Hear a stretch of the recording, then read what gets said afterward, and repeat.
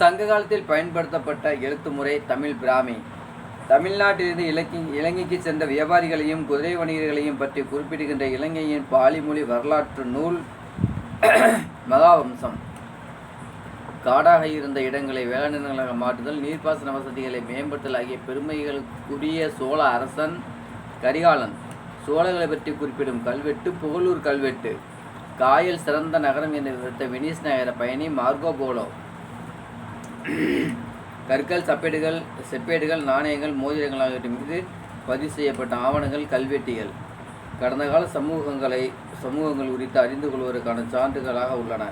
சில பொருட்களை மீட்டெடுப்பதற்கு ஓரிடத்தை முறைப்படி தோண்டுதல் தொல்லியல் அகலாய்வு ஆகும். மௌரியர் காலத்தில் ஆட்சி, கலை மற்றும் பொருளாதாரம் குறித்து கௌடில்யர் எழுதிய நூல் அர்த்த சாஸ்திரம். திணை என்பது பிரிவு அல்லது வகை என்ற பொருளில் செய்யுள்களில் பயன்படுத்தப்பட்ட கருப்பொருள்.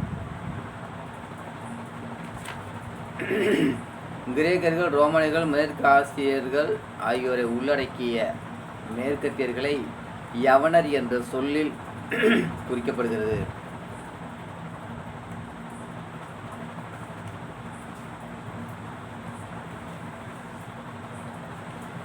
இந்திய வரலாற்றில் இடைக்காலம் என்பது கிபி 7ஆம் நூற்றாண்டு முதல் கிபி 16ஆம் நூற்றாண்டு வரை.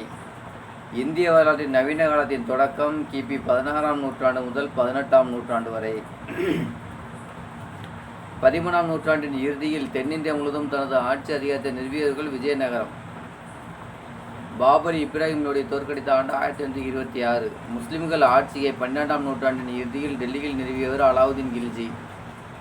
அலாவுதீன் கில்ஜி செல்வங்களை கவர்ந்து செல்லும் நோக்கத்துடன் தென்னிந்தியாவின் மீது பல படையெடுப்புகளை மேற்கொண்டார்.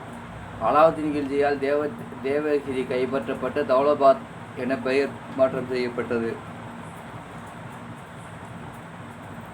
கிபி 1300களின் தொடக்கத்தில் அலாவுதீன் கில்ஜியின் அடிமையும் படைத்தளபதியுமான மாலிகாபூரின் தலைமையில் தென்னிந்திய படையெடுப்பு மேற்கொள்ளப்பட்டது. முகமது பின் துக்ளக்கின் ஆட்சியின் போது தௌலதாபாத்தில் கலகம் வெடித்தது. அலாவுதீன் பாமன் ஷா பாமினி சுல்தானியத்தை உருவாக்கிய ஆண்டு 1347. பாமினி சுல்தானியத்தின் தலைநகரம் குல்பர்காவிலிருந்து பீடாருக்கு மாற்றப்பட்டது. பாமினி சுல்தானியம் எத்தனை ஆண்டுகள் நிலைச்சிருந்தன? 150 ஆண்டுகள். பாமினி சுல்தானியத்தின் அமைச்சராகவும் சிறந்த நிர்வாகியாக இருந்தவர் மஹமூத் கவான். 15ஆம் நூற்றாண்டின் இறுதியில் தக்காணத்தில் உருவான சுல்தானியங்கள் பீஜப்பூர், கோல்கொண்டா, அகமது நகர், பீடார். அவுரங்கசீப் தக்கான சுல்தானியங்கள் கைப்பற்றிய ஆண்டு 1660. முதலாம் ராஜேந்திரன் காலத்தில் சோழ பேரரசு மேலும் விரிவடைந்தது. தனது படைகளை வடகிழக்கு இந்தியாவில் கங்கை நதி வரை கடத்தி சென்றார். முதலாம் ராஜேந்திரன் தனது கடற்படைகளை ஸ்ரீவிஜய சைலேந்திர அரசுக்கு எதிராகவும் கடாரம் மற்றும் ஸ்ரீலங்காவுக்கு எதிராகவும் அனுப்பி வைத்தார். கங்கை கண்ட சோழன் என அழைக்கப்பட்டவர் முதலாம் ராஜேந்திரன். கடாரம் கொண்டான் முதலாம் ராஜேந்திரன். அங்கோர்வாட் எங்கே அமைஞ்சிருக்குன்னா கம்போடியாவில் இருக்குது. சோழ பேரரசின் கடைசி அரசர் 3ஆம் ராஜேந்திரன். சோழ பேரரசு முற்றிலும் வீழ்ந்த ஆண்டு 1279. 13ஆம் நூற்றாண்டின் இறுதியில் ஜடாவர்ம சுந்தர பாண்டியனை போன்ற அறிவு கூர்மையோட மன்னர்களால் பாண்டிய நாடு ஆளப்பட்டது. வடக்கே பேலூரையும் பின்னர் ஹலபேடுகளையும் தலைநகராக கொண்ட பொய்ஷாலா அரசு அமைந்திருந்தது. வாரங்கல்லை அதாவது தெலுங்கானாவை ஆட்சி செய்தவர்கள் காகத்தியர்கள். யாதவர்கள் ஆட்சி புரிந்த இடம் தேவகிரி. விஜயநகர அரசு சங்கம் வம்சத்தின் ஹரிகர மற்றும் புக்கர் ஆகிய இரு சகோதரர்களால் நிறுவப்பட்டது. இவர்களே சங்க வம்சத்தின் முதல் அரசர்கள் ஆவர். ஹரிகரர் மற்றும் புக்கர் ஆகியோர் துங்கபுத்திரா நதியின் தென்கரையில் புதிய தலைநகர் ஒன்றை உருவாக்கி அதற்கு விஜயநகரம் என பெயரிட்டனர். விஜயநகரம் என்றால் வெற்றி நகரம் அப்படின்னு பேரு.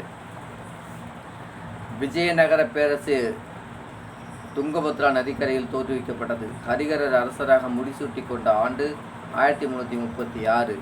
விஜயநகர அரசுகளில் துருவ வம்சத்தைச் சேர்ந்த மாபெரும் அரசர் கிருஷ்ணதேவராயர். தக்கான சுல்தான்களின் கூட்டுப்படையினர் விஜயநகர பேரரசை எந்த போரில் தோற்கடித்தது என்றால் தலைக்கோட்டை போல தோற்கடித்தது. தலைக்கோட்டை போர் நடைபெற்ற ஆண்டு 1565. விஜயநகர பேரரசர் தலைக்கோட்டை போருக்கு பின் தங்கள் தலைநகரை எங்கு மாற்றினர்? பெனுகொண்டாவுக்கு மாற்றிட்டாங்க. விஜயநகர பேரரசர்கள் தங்கள் தலைநகரை இறுதியாக மாற்றிய இடம் சந்திரகிரி. முகலாயர்களின் ஆட்சி காலம் 1526 முதல் 1707. முகலாய பேரரசை நிறுவியவர் பாபர். பாபருக்கும் இப்ராஹிம் லோடிக்கும் இடையே நடைபெற்ற போர் முதலாம் பானிபட்டு போர். முதல் பானிபட்டு போர் நடைபெற்ற ஆண்டு 1526. கடைசி மாபெரும் முகலாய பேரரசர் அவுரங்கசீப். முகலாய பேரரசு ஆங்கிலேயர்களால் முடிவுக்கு கொண்டு வரப்பட்ட ஆண்டு 1857. முதல் 6 முகலாய பேரரசர்கள் மாபெரும் முகலாயர்கள் என குறிப்பிடப்படுகின்றனர். சிவாஜியின் தலைமையில் மராத்தியர்கள் மேற்கு இந்திய பகுதிகளில் முகலாயரின் அதிகாரத்தை பெருமளவில் மதிப்பிழக்க செய்தனர்.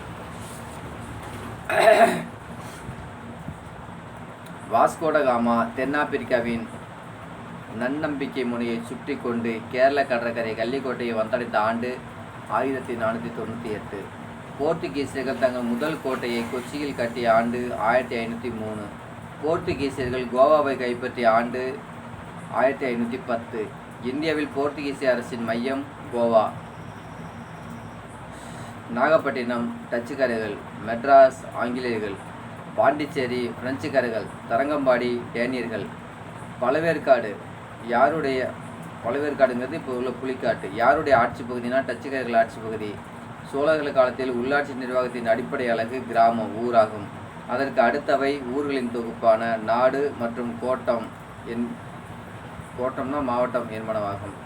பிராமணர்களுக்கு மானியமாக வழங்கப்பட்ட வரி விலக்கு அளிக்கப்பட்ட கிராமங்கள் பிரம்மதேயம் என்று அறியப்பட்டன. இடைக்காலத்தை சேர்ந்த சிறந்த வரலாற்று அறிஞர்கள் இபின் பதுதா, அல்பருனி, பெரிஸ்டா. தமிழ்நாட்டின் பல்வேறு மையங்களில் நாயக் என்றழைக்கப்பட்ட இராணுவ அதிகாரிகள் பணியமர்த்தப்பட்டனர். அவர்கள் அரசர்களிடமிருந்து நிலங்களை மானியமாக பெற்றனர். நாயக்கருக்கு அடுத்த நிலையில் இருந்த பாளையக்காரர்கள் படைகளுக்கு தேவையான வீரர்களை வழங்கினர். விஜயநகர பேரரசுக்கு விசுவாசமான நாயக்க அரசுகளான மதுரை, தஞ்சாவூர், செஞ்சி ஆகியவை உருவான ஆண்டு கிபி 1500 முதல் 1550 வரை. சமய நூல்களில் குறிப்பிடப்பட்டுள்ள 4 சமூக பிரிவுகள் வர்ணம் என குறிப்பிடப்படுகின்றன. இடைக்கால தமிழகத்தில் சைவ சித்தாந்தம், கர்நாடகத்தில் வீர சைவம் போன்ற சைவ இயக்கங்களும் உருவாயின. மகாராஷ்டிரத்தில் விதோபாவின் பக்தர்களால் உருவாக்கப்பட்ட பர்கரி சம்பிரதயா என்னும் இயக்கம் எழுச்சி பெற்ற நூற்றாண்டு கிபி 14ஆம் நூற்றாண்டு. சீக்கிய மதத்தை தோற்றுவித்தவர் குருநானக். கம்பர் ராமாயணத்தை யாருடைய காலத்தில் இயற்றினார்? சோழர் காலம். கம்பர் ராமாயணத்தை அரங்கேற்றம் செய்த இடம் ஸ்ரீரங்கம் கோயில். பெரிய புராணத்தை இயற்றியவர் சேக்கிலார் பெரிய புராணத்தை அரங்கேற்றம் செய்த இடம் சிதம்பரம் கோவில். கலிங்கத்து பரணி, மூவருலா ஆகிய நூல்கள் யாருடைய காலத்தில் இயற்றப்பட்டது? சோழர் காலம். சோழர்களின் கட்டடக்கலைக்கு எடுத்துக்காட்டாக விளங்கும் கோவில்களில் சரியானது தஞ்சாவூர் பெரிய கோயில், கங்கை கொண்ட சோழபுரம், தாராசுரம்.